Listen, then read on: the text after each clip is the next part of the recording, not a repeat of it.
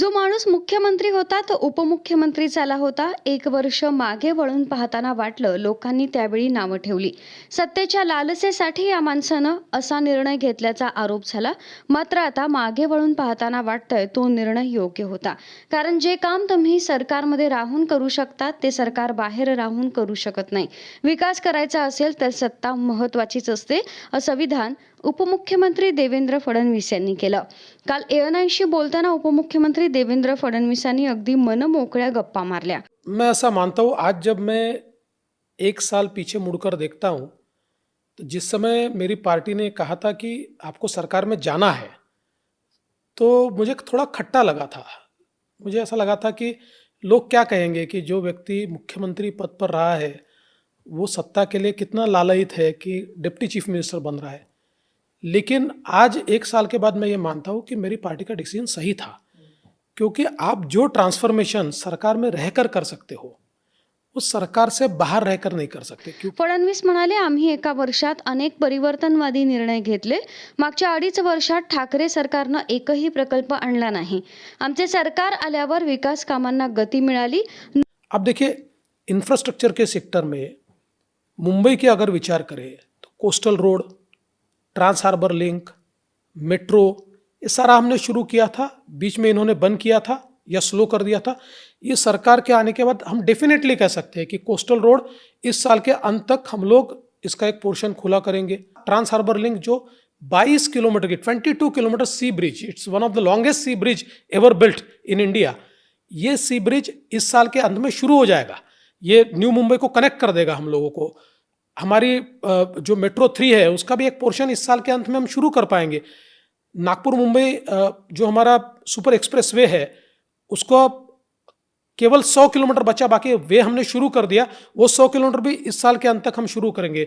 मुंबई का नया एयरपोर्ट अगले साल में हम शुरू करें. तो डेफिनेटिव इस टाइप के सारे इंटरवेंशन हम कर पाए. आज देखिए, केवल 1 साल में we have decided to build 10 medical colleges.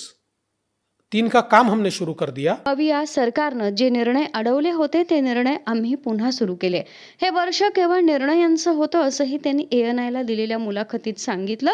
विकास करायचा हाच भाजपचा अजेंडा आहे. त्यासाठी सत्ता महत्त्वाची होती असंही त्यांनी स्पष्ट केलं. या सरकार जनतेनं निवडून दिलेलं नव्हतं. सत्तेसाठी हे तिन्ही पक्ष एकत्र आले होते. 2019 मध्ये भाजप आणि शिवसेनेनं एकत्र निवडणुका लढवल्या. त्यावेळी 170 जागा निवडून आल्या. परंतु ज्यांना बहुमत नव्हतं त्यांच्यासोबत उद्धव ठाकरेंनी सरकार बनवलं.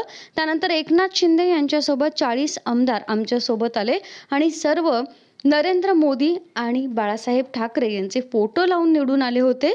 शरद पवार किंवा राहुल गांधींचे फोटो लावून ते निवडून आले नव्हते. सुप्रीम कोर्ट अपात्रतेबाबत निर्णय घेऊ शकलं नाही. तो निर्णय विधानसभा अध्यक्षांचा आहे. सुप्रीम कोर्टात उद्धव ठाकरे यांनी 13 मागण्या केल्या होत्या. त्या सर्व मागण्या नामंजूर करण्यात आल्या. लोकांनी निवडून दिलेलं सरकार पुन्हा आलं. राष्ट्रवादी सरकारमध्ये शिवसेना आमदारांना स्कोप नव्हता, त्यामुळे ते सर्व फुटले असा आरोप त्यांच्याच आमदारांनी केला.